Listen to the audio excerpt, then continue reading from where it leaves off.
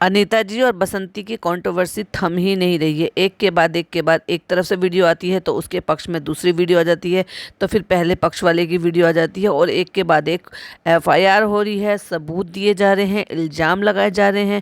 और क्या हुआ है, चलिए नई वीडियो में आइए आपके साथ अपडेट शेयर करते हैं। Hi friends, welcome back to my channel. Channel में न्यू है तो चैनल को सब्सक्राइब कर लें और साथ ही साथ बेल आइकन प्रेस कर दें, जिससे कि हमारे आने वाली वीडियो के नोटिफिकेशन आपको पहले ही मिल जाए। अनीता जी की तरफ से एक वीडियो आई है जिसमें उन्होंने दिखाया है, यानी कि जो उनके बच्चे हैं वो बच्चे दिखा रहे हैं कि जहाँ पर दादाजी लेटे रहते हैं, यानी कि वहाँ का जो फ्रंट उनका है, फ्रंट के गेट पर ही उन्होंने एक एलईडी टाइप का कुछ एक बल्ब लगाया हुआ है जिसके अंदर कैमरा है और उसके अंदर चिप लगी हुई है। और वो ये इस बात का दावा कर रहे हैं कि इसमें सारे सबूत रिकॉर्ड हो गए हैं और उस दिन की रिकॉर्डिंग भी इसमें रिकॉर्ड हुई होगी। आइए इसको लगाते हैं और वो लगाकर उसको देख रहे थे, पीसी पर लगाकर, कंप्यूटर पर लगाकर, कि इसमें बहुत सारी रिकॉर्डिंग है, अब मुझे बैठकर वो रिकॉर्डिंग देखनी पड़ेगी। तो क्या इससे पहले उनको इस बात का ख्याल नहीं आया कि ये रिकॉर्ड है और हमने कैमरा लगाया हुआ, इस तरह से इसमें रिकॉर्ड हुई होगी। और अगर वो रिकॉर्डिंग इनको मिल गई है, उस दिन की रिकॉर्डिंग भी मिल गई है, वो मारपीट जिस चीज़ का ये दावा कर रहे हैं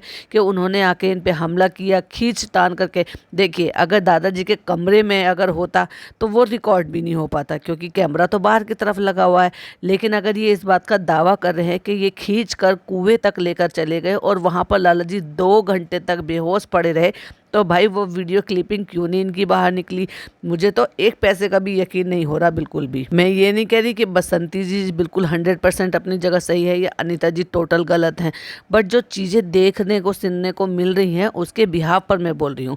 देखिए, अगर किसी के पास इतना पुख्ता सबूत होता है और वो सबूत जो है पेश किया जा सकता है अपनी बेगुनाही के लिए, तो क्यों नहीं उसको सबसे पहले लेकर जाए? या फिर अपने साथ प्रूफ होता है कि देखो हमारे साथ क्या क्या हुआ है, तो सबसे पहले सारी दुनिया के काम धाम छोड़ के ये जो बार बार व्लॉग अपलोड कर रहे हैं, बार बार अपनी पुप्पियों को बुआओं को बुला के वहाँ पे दादाजी के साथ जो है चिकल्लसबाजी कर रहे हैं, वो बहसबाजी कर रहे हैं। देखो भाई, वो बुजुर्ग हैं, सही बताऊँ तो उनको वाकई में हो सकता है कुछ कुछ चीज़ें याद भी रहती हो, कुछ कुछ चीज़ें याद भी नहीं रहती हो, लेकिन एक बड़े बुजुर्ग को इस तरह से परेशान करने का क्या मतलब बनता है, जब वो बार बार और साफ शब्दों में ये कह चुके हैं मुझे आप लोगों के साथ नहीं रहना, मुझे मेरी छोटी बहू के साथ ही रहना है, इन बच्चों के साथ ही रहना है, क्योंकि इन बच्चों के सर पर बाप नहीं है, तो मुझे इनके साथ ही रहना है। अगर वो अपनी सेवा उनसे करवाना चाहते हैं और वो भी खुशी खुशी सेवा कर रहे हैं, और उस सेवा करने पर अगर दादाजी के पास जो भी कुछ है और वो उन पर खर्च कर रहे हैं, तो उस पर लाला जी और उनकी फैमिली को ऑब्जेक्शन नहीं होना चाहिए। क्यों नहीं होने चाहिए? क्योंकि वो लोग पहले से सक्षम हैं, उनके बच्चे भी पढ़ लिख कर कामयाब हो गए हैं, दोनों के ही अपने अपने चैनल हैं, दोनों के ही अपनी अपनी अर्निंग है, दोनों को पैसों की कोई दिक्कत भी नहीं है। तो फिर अगर वो दे भी रहे हैं तो उससे क्या ही फ़र्क पड़ता है? एक तरफ तो बैठ कर कहते हैं कि हमें उनके पैसे नहीं चाहिए, हमने उनके लिए घर बनवा कर दे दिया, हमें उनसे कुछ नहीं चाहिए, हमने तो बसंती का घर चलाया, हमने बसंती का खर्चा उठाया, जब हमारा भाई नहीं था हमने लॉकडाउन में उनका घर चलाया। ठीक है ना भाई, भाई भाई होते हैं तो ऐसे ही तो होते हैं। और भाई होते किस लिए? एक दूसरे के बुरे वक्त में, एक दूसरे के इस तरह के टाइम में अगर काम आ जाए तो उन्हीं को तो अपने कहते हैं, और अगर ऐसे में भी अपने काम ना है तो फिर तो भाई वो क्या ही मतलब है अपनों के होने का। अगर एक भाई सक्षम है और एक भाई कमज़ोर है, तो बड़ा भाई अगर अपने छोटे भाई को या उनके बच्चों के लिए कुछ अगर कर रहा है तो क्या हो गया? और ये भी मुझे तो सुनकर अच्छा लगा जब उन्हीं की वीडियो से पता चला, और मेरी एक सब्सक्राइबर ने भी बोला था कि उनको चैनल के लिए भी इन्होंने ही कहा था और ये कहा था कि वीडियोस बनाओ, तो अच्छी बात है, वो उनको उनके पैरों पर खड़े होने की कोशिश कर रहे थे। तो अगर जब इतनी समझदारी दिखा रहे थे बड़े होने के नाते, तो अब इतनी समझदारी क्यों नहीं दिखा रहे? लेकिन एक के बाद दोनों तरफ से वीडियोस आ रही हैं, इल्ज़ाम लगाए जा रहे हैं, और फिर देखा जाए तो एक पक्ष इतना ज़्यादा मजबूत है कि जहाँ पर 3-3 समझदार बच्चे, अडल्ट बच्चे हैं, 2 हस्बैंड वाइफ हैं, प्लस दोनों तीनों बुआओं का भी साथ है, और एक तरफ पूरा कुनबा हो गया है, और एक तरफ वो 2 छोटे बच्चे, उनकी माँ, बेवा माँ, और एक तरफ उनके बुजुर्ग दादाजी।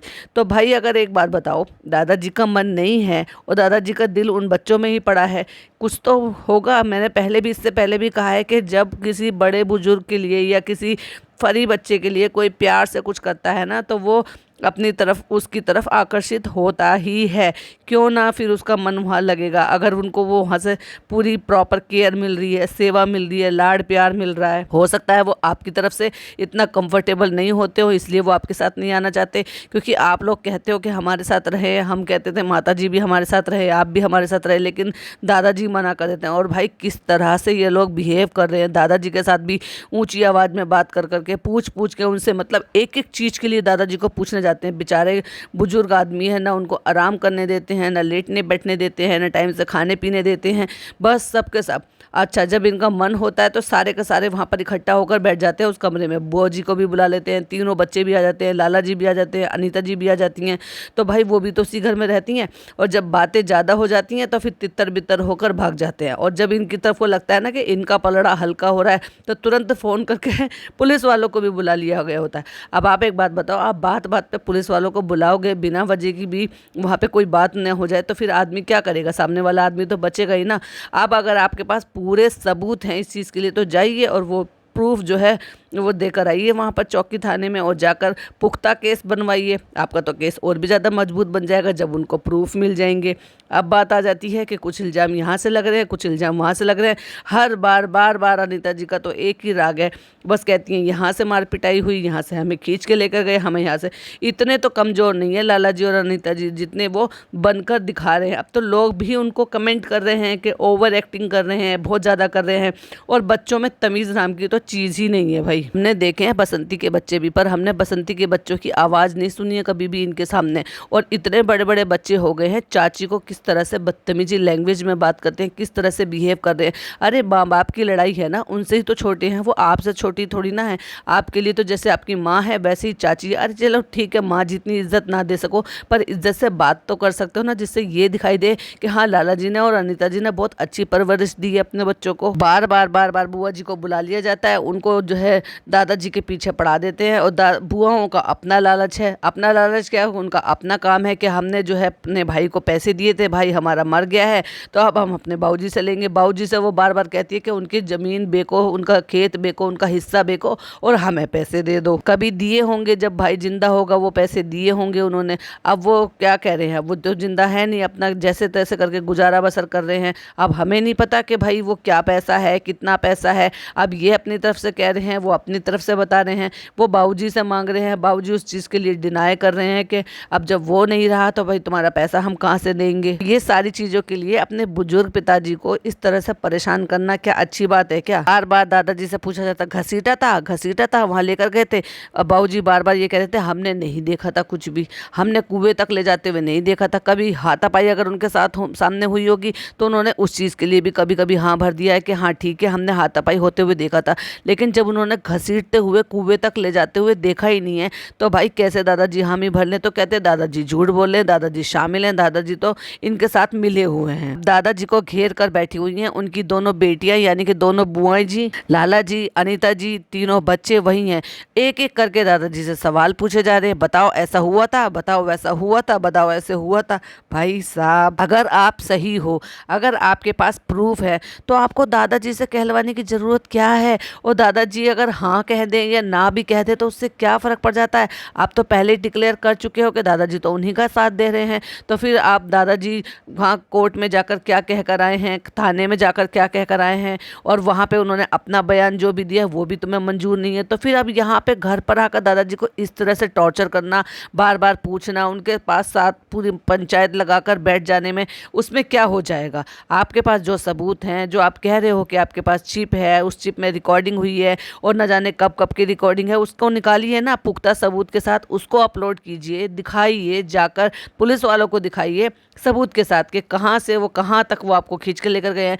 जहाँ आपने कैमरा लगाया हुआ था वहाँ तो प्रॉपर पूरी रिकॉर्डिंग हो रही थी, क्योंकि जो क्लिपिंग आपने चलाकर नहीं दिखाई थी लेकिन दिख रही थी स्क्रीन पर कि हाँ कहाँ से कितना पोर्शन रिकॉर्ड हो रहा था उस कैमरे से। यानी कि घर के गेट से लेकर कुएं तक का पोर्शन और दूर तक का पोर्शन पूरा साफ दिखाई दे रहा था और अच्छी खासी रिकॉर्डिंग हो रही थी उसमें।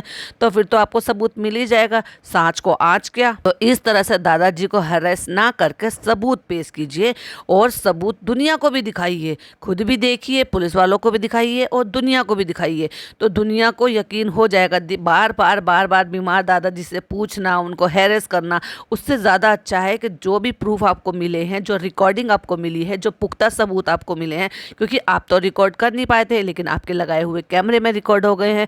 तो अगर लाला जी को और अनीता जी को घसीट कर, हाथापाई करके वो वहाँ पर लेकर गए हैं कुएं तक, कुएं में फेंकने की कोशिश की है, तो डेफिनेटली वो रिकॉर्ड हुआ होगा। तो उस रिकॉर्डिंग को निकालिए और उसका इस्तेमाल कीजिए। अभी दूध का दूध और पानी का पानी हो जाएगा। आपका क्या कहना है कमेंट में ज़रूर बताइएगा। और जैसे ही एक और नई अपडेट मिलती है हम आपके साथ शेयर करते हैं। इसके बाद एक और पॉडकास्ट आएगा, प्लीज़ उसको भी बहुत ध्यान से सुनिएगा, जिसमें बसंती जी ने बहुत ही ज़्यादा घनघोर इल्ज़ाम लगाए हैं।